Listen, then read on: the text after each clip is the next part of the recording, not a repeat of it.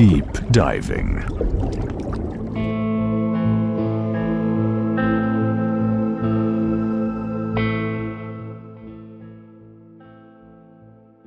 La división no surge solo de las ideas.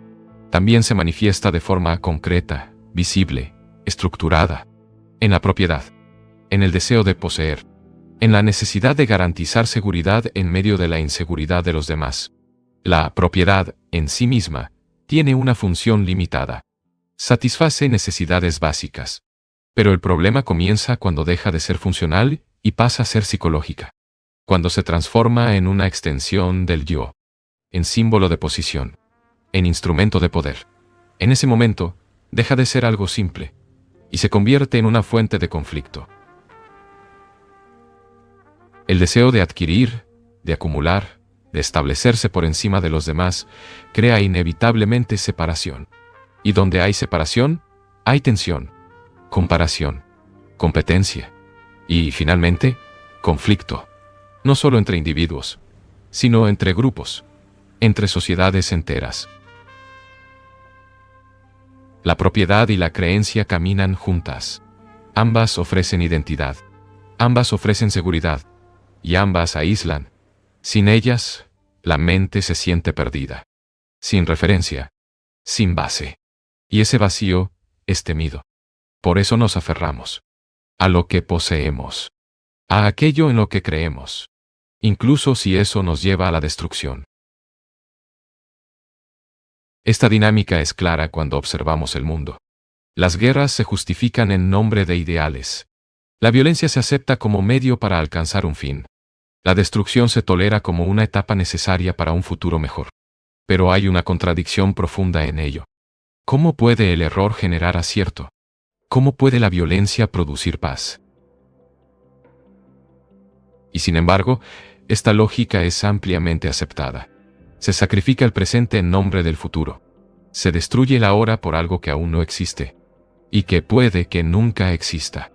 El futuro es incierto, mutable, imprevisible, y aún así se utiliza como justificación para el sufrimiento actual. Esta es una de las mayores ilusiones de la mente. Creer que el tiempo resolverá aquello que no ha sido comprendido ahora. Pero la comprensión no pertenece al futuro. Ocurre en el presente. Siempre. Sin excepción. Y cuando observamos más profundamente, surge un hecho aún más inquietante. La ausencia de amor. No el amor idealizado. No el concepto abstracto. Sino el simple acto de preocuparse por el otro. De sentir. De estar verdaderamente conectado. Lo que vemos, la mayoría de las veces, son sustituciones, sensaciones, placeres, estimulaciones, pero no afecto, no cuidado real. Y esto ocurre porque el intelecto ha sido elevado por encima de todo. La mente se ha vuelto extremadamente eficiente para pensar, pero ha perdido la capacidad de sentirlo. Y cuando el intelecto domina por completo, el resultado es inevitable. Frialdad, cálculo, desconexión y, como consecuencia, desorden. Porque el pensamiento, por sofisticado que sea, no puede sustituir al sentimiento. Así, el problema no es complejo. Es directo. Mientras haya identificación con la propiedad, la creencia o la ideología, habrá conflicto. Y ese conflicto no está lejos. Comienza en cada relación, en cada actitud, en cada pensamiento. La responsabilidad no es colectiva en un sentido abstracto. Es individual. Cada acción contribuye. Cada elección sostiene el todo. Y reconocer esto no es un ejercicio intelectual. Es un hecho. Pero reconocer no basta. Es necesario transformar. Y esa transformación no ocurre por medio de teorías, ni por medio de discursos. Comienza en la observación directa, en lo cotidiano, en la forma en que pensamos, sentimos, actuamos. Porque intentar cambiar el mundo sin cambiarse a uno mismo es inútil. Cualquier revolución externa será superficial si la estructura interna permanece igual. Lo exterior siempre refleja lo interior. Siempre. Y este cambio no comienza con grandes ideas. Comienza con lo que está cerca, con lo inmediato, con aquello que puede ser observado ahora, sin huida, sin justificación, sin postergación. Pero existe una tendencia constante a evitar esto. Buscar distracciones, crear teorías, refugiarse en explicaciones. Todo para no enfrentar directamente lo que está ocurriendo dentro. Porque observar exige energía y, muchas veces, genera incomodidad. Aún así, no hay alternativa. Si somos responsables del caos, también lo somos del cambio. Y ese cambio no depende de sistemas, ni de líderes. Depende de la claridad, de la atención, de la disposición a ver. Y cuando esa claridad surge, algo cambia. No gradualmente, sino inmediatamente. Porque ver es transformar. La idea de inevitabilidad ejerce un fuerte poder sobre la mente.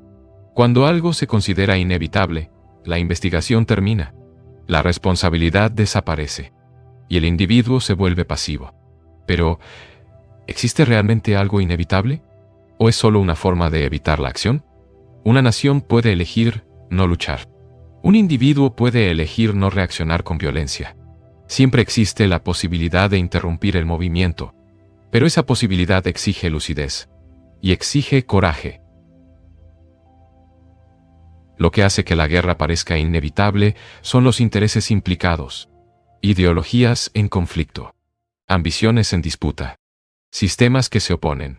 Pero, detrás de todo eso, hay algo común: el deseo de poder, de dominio, de control. Y ese deseo no está solo en los gobiernos. Está presente en el individuo. Cuando hay necesidad de dominar, incluso a pequeña escala, el conflicto ya ha comenzado. En la relación con el otro. En la familia. En lo cotidiano. La misma estructura que opera a nivel global actúa también a nivel personal e ignorar esto es mantener la ilusión de separación. Si el nacionalismo se vuelve central, la división es inevitable. Si la identidad colectiva se coloca por encima de lo humano, el conflicto es seguro. La propia existencia de fuerzas preparadas para la guerra ya indica su posibilidad, porque aquello que se prepara tiende a ser utilizado.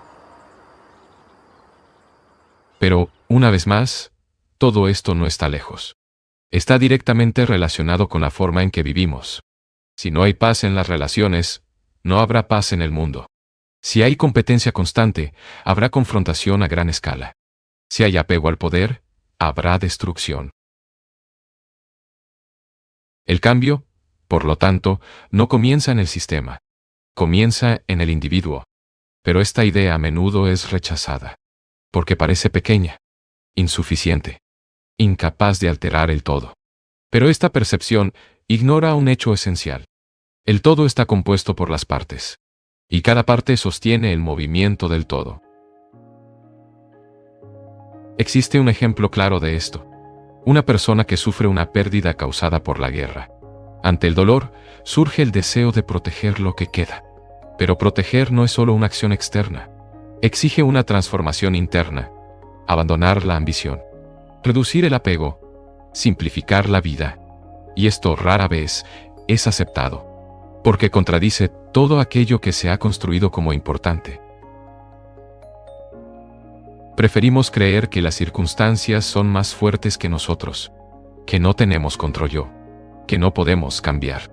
Pero las circunstancias son creadas por las relaciones humanas, y las relaciones pueden transformarse, si hay claridad. La sociedad no es una entidad separada. Es el resultado de las interacciones entre individuos. Si estas interacciones se basan en conflicto, competencia y miedo, la sociedad reflejará eso. Pero si hay cambio en la relación, la estructura también cambia. El problema es que buscamos la transformación por medios externos. Leyes, sistemas, reformas. Pero mientras la base interna permanezca igual, cualquier cambio externo será limitado, inestable y temporal. Lo interior siempre moldea lo exterior. Incluso cuando intentamos controlar el entorno, aquello que está dentro se manifiesta, inevitablemente. Y por eso, sin una transformación interna, no hay solución duradera. La cuestión de la seguridad lo revela con claridad. La seguridad física es necesaria. Alimento, refugio, protección. Pero la búsqueda de seguridad psicológica crea distorsiones, porque intentamos encontrar estabilidad en ideas, en creencias, en estructuras, y eso genera conflicto. Al buscar seguridad interna a través de elementos externos, creamos dependencia. Y donde hay dependencia, hay miedo.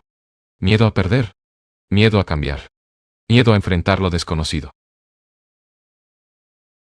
Ese miedo sostiene la división, y la división sostiene el conflicto. Y así, el ciclo se mantiene, repitiéndose continuamente. Pero ese ciclo puede ser interrumpido, no por medio del esfuerzo, sino por medio de la comprensión. Cuando la mente ve claramente el movimiento de la búsqueda de seguridad, deja de apoyarse en él, naturalmente, sin imposición. Y entonces surge una cuestión aún más profunda. ¿Qué significa comprender algo de verdad? No como concepto, sino como experiencia directa. ¿Es posible comprender un problema completamente, en el instante en que surge? Sin análisis prolongado, sin acumulación, sin tiempo. La vida está compuesta de desafíos constantes, y cada desafío es nuevo. Pero la mente responde basándose en el pasado, en las experiencias acumuladas, en las memorias. Y así, lo nuevo nunca es realmente encontrado. Cada respuesta condicionada deja un residuo, una marca, una cicatriz. Y esas marcas se acumulan, formando una estructura que condiciona todas las respuestas futuras. De este modo, la mente se vuelve incapaz de ver directamente. Ve a través del pasado, a través de los recuerdos, a través de las imágenes, y eso distorsiona completamente la percepción. Para comprender algo nuevo, es necesario abandonar lo viejo. No teóricamente, sino de hecho, dejar de lado las imágenes, las conclusiones, las experiencias acumuladas. Esto exige una atención especial, una conciencia de las propias reacciones, de los propios condicionamientos. Y al observar estas reacciones, sin interferir, comienzan a perder fuerza y desaparecen. En ese estado, la mente se vuelve fresca, libre, capaz de percibir sin distorsión, y entonces, la comprensión ocurre, inmediatamente, sin esfuerzo, sin preparación. Porque la verdad no pertenece al tiempo. No puede ser alcanzada gradualmente. No es resultado de la práctica. Surge cuando no hay barreras, cuando no hay resistencia, cuando hay apertura total. Y esa apertura no puede ser entrenada. No puede ser construida. Ocurre cuando no hay miedo, cuando no hay nada que proteger, cuando no hay nada que ocultar. En ese estado, hay una comunión directa con lo que es, sin interpretación, sin distorsión, sin separación. Y es ahí donde la comprensión se revela. Algunas ideas no traen comodidad, pero traen claridad. Y eso cambia todo. Suscríbete al canal y sigue observando. Porque cuanto más profundizas, más percibes lo que siempre estuvo ahí.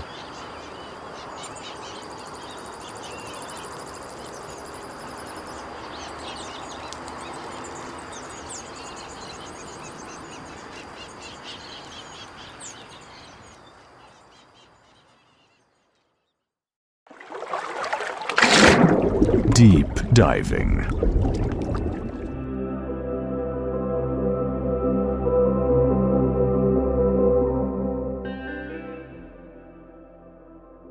¿Ya has considerado por qué la mayoría de nosotros vive de manera descuidada, casi automática, sin atención real al modo en que piensa, actúa o se relaciona con los demás?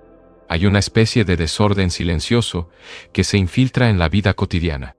Aparece en la impuntualidad, en la falta de cuidado, en la superficialidad del pensamiento. Pero lo que realmente está detrás de eso no es solo falta de atención. Es la ausencia de algo mucho más profundo. Llamamos orden a aquello que es preciso, claro y armonioso. Pero ese orden no nace del esfuerzo, ni de reglas impuestas. No puede ser fabricado por la disciplina forzada ni por el intento constante de control. El verdadero orden surge de otra fuente. Existe una diferencia fundamental entre vivir de manera ordenada e intentar ser ordenado. Cuando alguien se esfuerza por ser correcto, cuidadoso y disciplinado, su vida incluso puede parecer organizada. Pero, internamente, hay tensión, rigidez y limitación. Ese tipo de orden es artificial y, en el fondo, estéril. Observa una flor. Tiene una simetría perfecta, una delicadeza natural, una belleza que no fue construida con esfuerzo. Simplemente es. Y es precisamente esa ausencia de esfuerzo la que le da vida. Cuando el ser humano intenta imponerse orden a sí mismo, pierde esa cualidad esencial. Se vuelve mecánico, previsible y muchas veces insoportable. Su mente empieza a funcionar dentro de límites estrechos. Y, con ello, desaparece la alegría creadora de vivir. El problema entonces no es cómo ser ordenado. El problema es comprender cómo vivir con claridad, precisión y al mismo tiempo con libertad interior.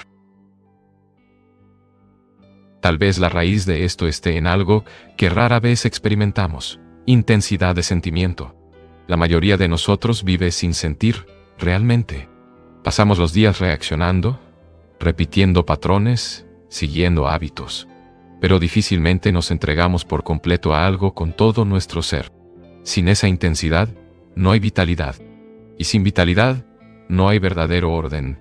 Recuerdo un ejemplo simple: 2 ardillas corriendo por un árbol, moviéndose con energía y ligereza, sin ningún objetivo más allá de la propia alegría de vivir. Esa alegría no es construida. Surge naturalmente cuando hay energía plena. Nosotros, sin embargo, rara vez conocemos eso. ¿Por qué no sentimos profundamente? Cuando hay pasión, no en el sentido de ambición o conquista, sino en el sentido de sentir plenamente, algo diferente ocurre. Esa intensidad trae consigo una nueva forma de organización interior. No un orden impuesto, sino un orden que nace de la sensibilidad. Cuando percibes profundamente el dolor de alguien, la injusticia, la desigualdad, esa percepción no necesita reglas para actuar correctamente. La acción correcta surge naturalmente. Pero, ¿qué hacemos en general? Reprimimos nuestros sentimientos. Decimos que no debemos sentir rabia, ni pasión ni intensidad. Y así, poco a poco, vamos volviéndonos superficiales. La mente que reprime es una mente que se cierra, y una mente cerrada pierde su capacidad de percibir. También hay otro problema central: el miedo a ser herido. Cuando alguien nos hiere, reaccionamos con irritación. Eso parece natural, y en cierto modo, lo es. Pero lo que hacemos después es más significativo. Creamos defensas. Construimos barreras internas para no ser alcanzados nuevamente. Esas barreras nos protegen, pero también nos aíslan. Y al aislarnos, perdemos la sensibilidad. Sin sensibilidad, no hay percepción real. Sin percepción, no hay comprensión. Y sin comprensión, la vida se vuelve seca, vacía. Es en este proceso donde nace la cólera continua. No solo como reacción inmediata, sino como un estado que se perpetúa. Te proteges, te cierras, reaccionas, reprimes. Y así, creas un ciclo. Pero hay una alternativa. No luchar contra el sentimiento. No condenarlo. Solo observarlo. Cuando observas un sentimiento sin juicio, algo diferente ocurre. Pierde fuerza. No echa raíces profundas. La mente, entonces, permanece sensible. Y es en esa sensibilidad donde surge algo completamente distinto. Esto nos lleva a una cuestión aún más profunda. El amor. ¿Podemos aprender a amar? ¿Podemos desarrollar el amor como desarrollamos una habilidad? Parece improbable. Si el amor pudiera enseñarse, el mundo sería completamente diferente. No habría conflicto, ni explotación, ni división. Pero el amor no es algo que se construye. No nace del esfuerzo. Lo que podemos hacer es comprender aquello que impide el amor. El odio, el miedo, la separación. Si estos elementos no echan raíces, algo nuevo puede surgir. El amor no está fragmentado. No está dividido entre personas o categorías.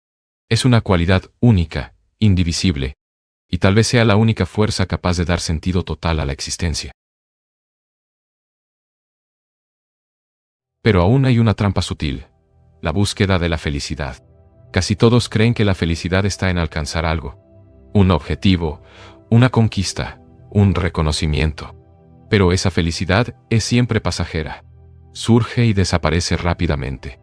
El problema no está en sentir alegría. El problema está en perseguirla. Cuando buscas la felicidad, la transformas en un objetivo. Y, al hacer eso, la pierdes. La felicidad parece surgir cuando no es buscada. Cuando la mente no está centrada en sí misma. Cuando no hay exigencia. En el momento en que percibes que estás feliz, esa percepción ya altera el estado. La conciencia de ser feliz disuelve la propia felicidad. Eso indica algo importante. La felicidad no pertenece al campo del control. Surge cuando el yo no está en el centro. Cuando no hay ansiedad, ni búsqueda constante de seguridad, algo diferente se revela. Y ese algo no puede ser producido. Tal vez, entonces, la cuestión no sea cómo ser feliz, sino cómo comprender todo aquello que impide la felicidad. Hay algo profundamente inquietante en la manera en que aprendemos a vivir. Desde muy temprano, somos entrenados para acumular conocimiento.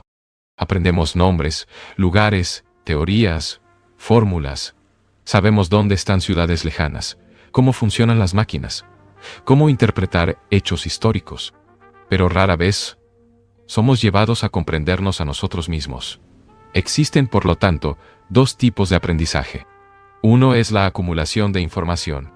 El otro es la observación directa de la vida. El primero depende de la memoria. El segundo exige atención.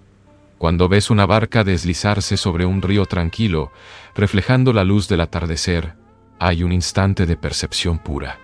Un momento de silencio interior, de belleza, de presencia total. Pero, ¿qué ocurre inmediatamente después? La mente registra esa experiencia, la almacena como memoria. Y al día siguiente, desea repetirla. Es en ese movimiento donde nace el pensamiento. El pensamiento es, en gran parte, la respuesta de la memoria. Una reacción a lo que ya ha sido vivido. Y, por eso, es limitado. Aunque recorras el mundo entero, acumules innumerables experiencias, conozcas diferentes culturas, todo eso sigue perteneciendo al pasado. Está guardado, condicionado. Cuando piensas a partir de eso, siempre estás operando dentro de un campo restringido. Pero existe otra posibilidad. Una forma de percibir sin el filtro de la memoria. Sin comparar, sin juzgar, sin elegir. Cuando eso ocurre, hay un contacto directo con la realidad. Y ese contacto tiene una cualidad completamente distinta. Observa algo simple. Una persona cargando un peso sobre la espalda. Un trabajador caminando bajo el sol. Una escena común, repetida todos los días. ¿Qué sientes al ver eso?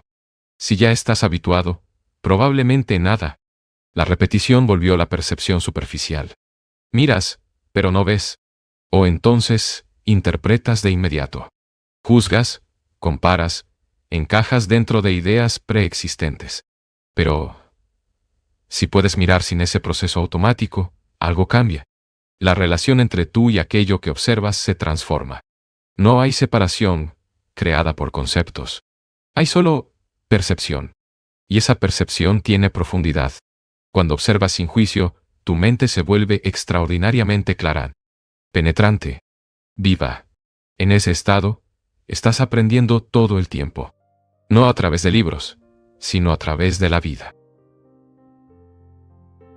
también existe una cuestión esencial: el condicionamiento. Cada uno de nosotros carga creencias, ideologías, tradiciones. Moldean la forma en que vemos el mundo. Si estás atrapado en un sistema de pensamiento, todo lo que observes será filtrado por él. No verás lo que es.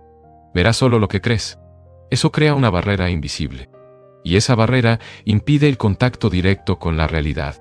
Pero, cuando no existe ese filtro, todo se vuelve intensamente vivo. Las personas, los árboles, los movimientos, los sonidos. Hay una relación inmediata con todo. Y en esa relación surge algo inesperado. Un tipo de inteligencia que no es construida, que no depende del conocimiento acumulado. La mayoría de las personas busca respuestas. Quiere saber el significado de la vida. Quiere una explicación definitiva. Y, para eso, recurre a libros, religiones, líderes, sistemas. Pero la vida no puede ser comprendida de esa forma. Ninguna autoridad puede entregar esa comprensión. Solo puede surgir de la observación directa. De una mente atenta, silenciosa, abierta. Sin eso, cualquier respuesta será superficial. Solo una idea más. Y las ideas no transforman la realidad interior. Tal vez por eso la educación, tal como es hoy, sea tan limitada. Enseña qué pensar, pero no cómo observar. Enseña a repetir, pero no a percibir. Y así, la mente se vuelve cada vez más condicionada. Menos libre. Una mente atrapada en el confort, sea físico, emocional o intelectual. Empieza a volverse lenta, adormecida. El apego al confort crea una especie de inercia. La persona evita cuestionar, evita investigar. Prefiere la seguridad a lo desconocido. Pero esa seguridad tiene un costo. Reduce la vitalidad de la mente. Una mente verdaderamente viva no se apega, no se fija.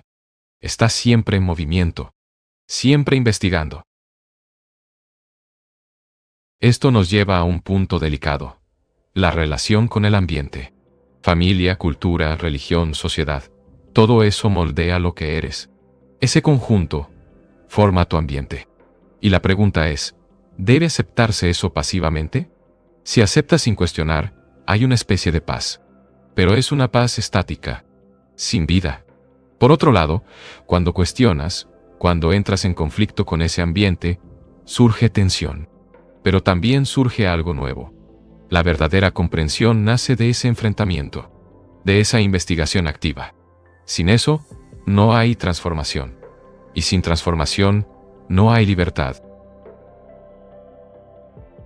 Existe una tendencia a evitar el conflicto. Consideramos el conflicto como algo negativo, algo que debe ser eliminado. Pero, ¿es realmente así? El conflicto puede revelar contradicciones. Puede exponer incoherencias.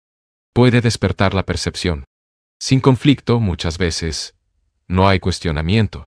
Y sin cuestionamiento, no hay crecimiento real. La integración, esa armonía interior, no surge evitando el conflicto. Surge comprendiéndolo. Cuando entiendes tus relaciones, con personas, con ideas, con el mundo, algo se organiza internamente.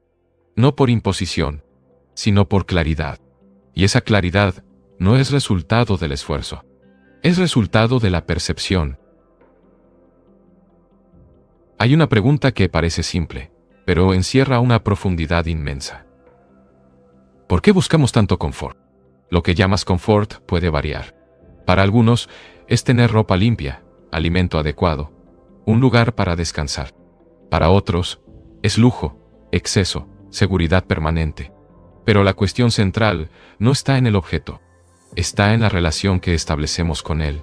Cuando el confort se vuelve una necesidad psicológica, algo comienza a ocurrir con la mente.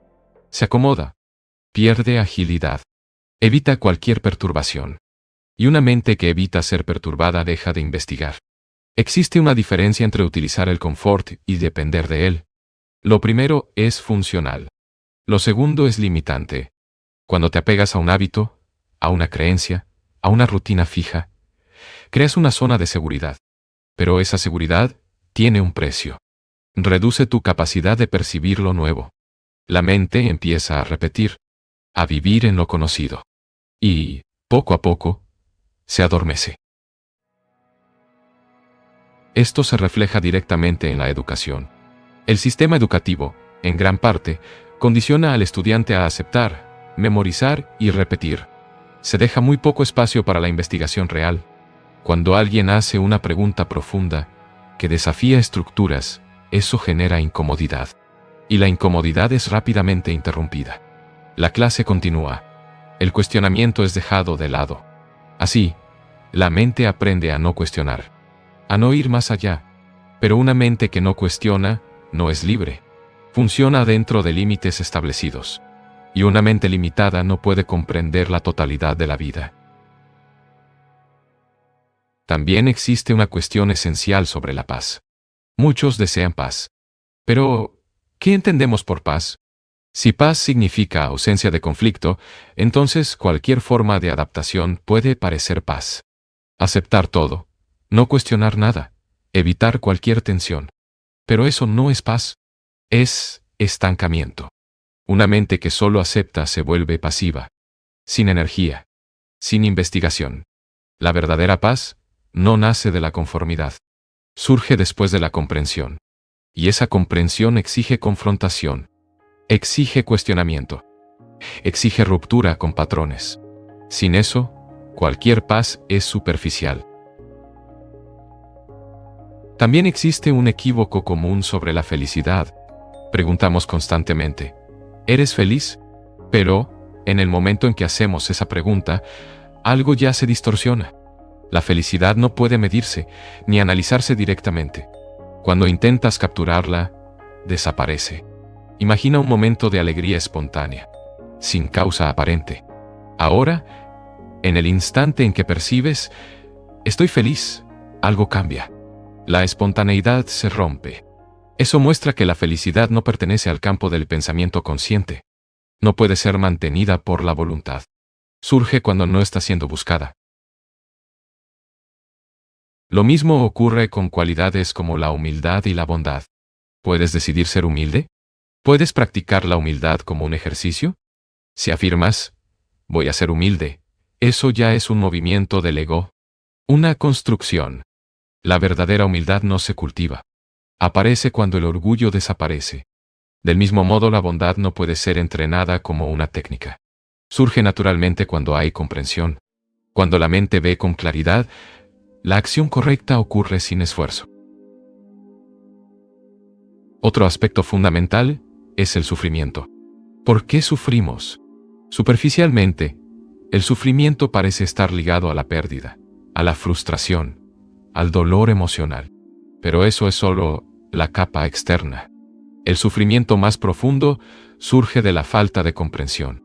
Cuando no nos entendemos a nosotros mismos, nuestras reacciones, nuestros miedos, nuestras contradicciones, creamos conflicto interno. Y ese conflicto genera sufrimiento. Con el tiempo, muchas personas se vuelven insensibles. Dejan de sentir profundamente. Eso parece protección. Pero, en realidad, es empobrecimiento. La sensibilidad es esencial para comprender la vida.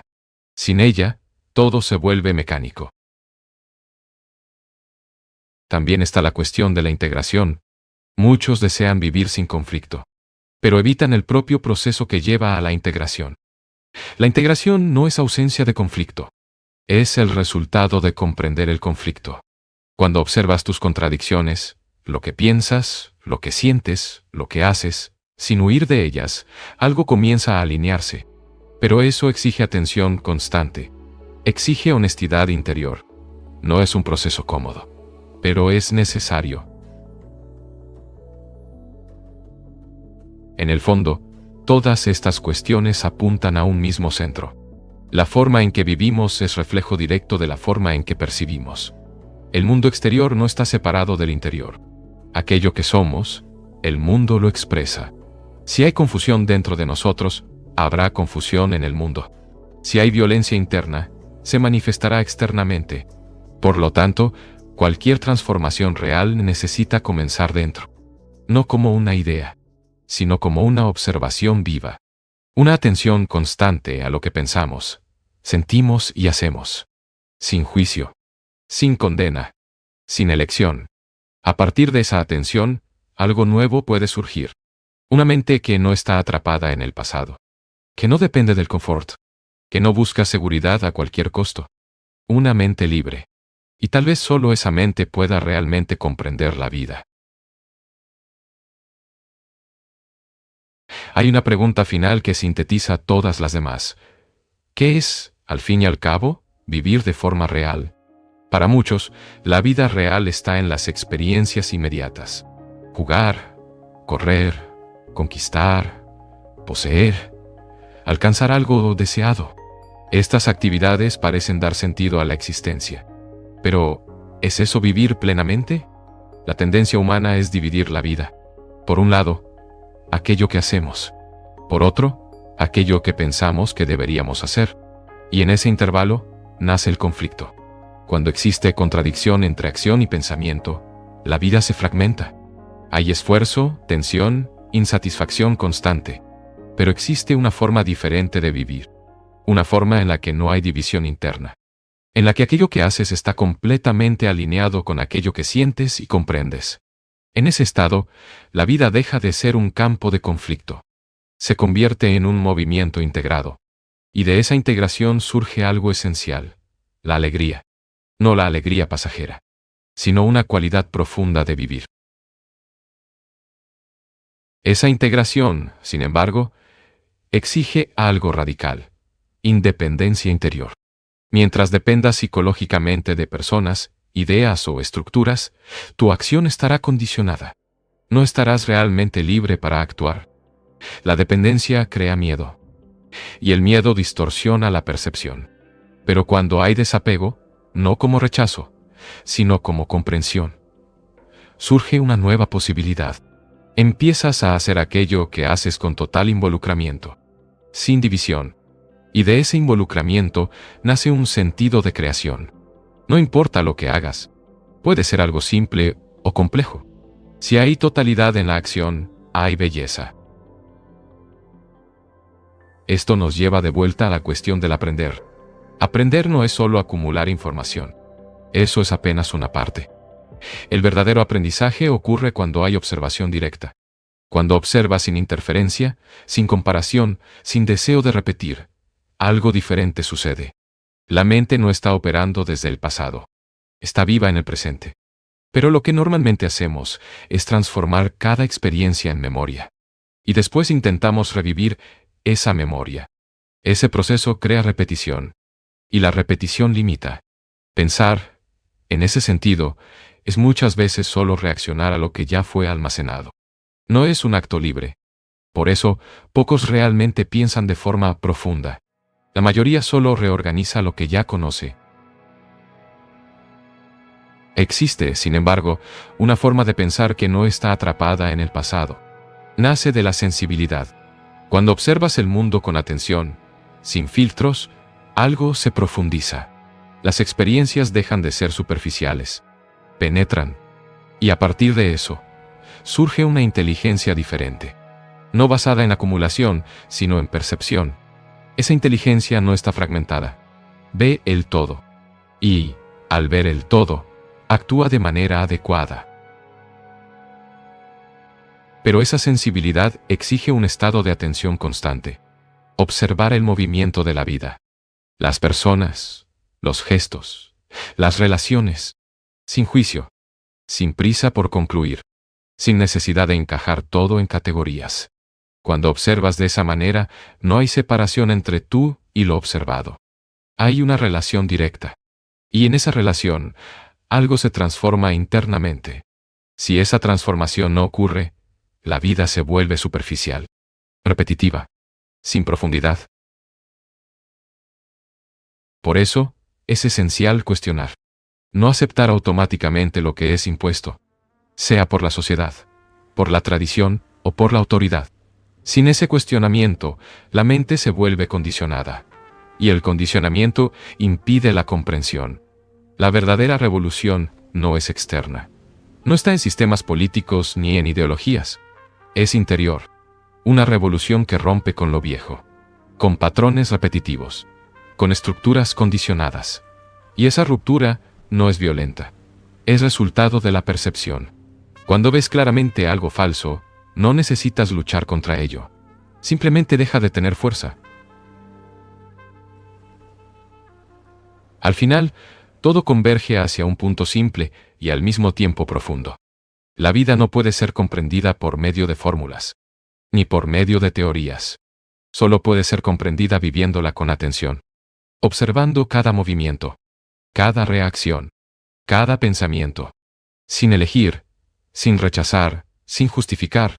A partir de esa observación, nace una claridad que no puede ser enseñada. No viene de fuera, surge desde dentro. Y, con esa claridad, aparece algo que no puede ser buscado directamente.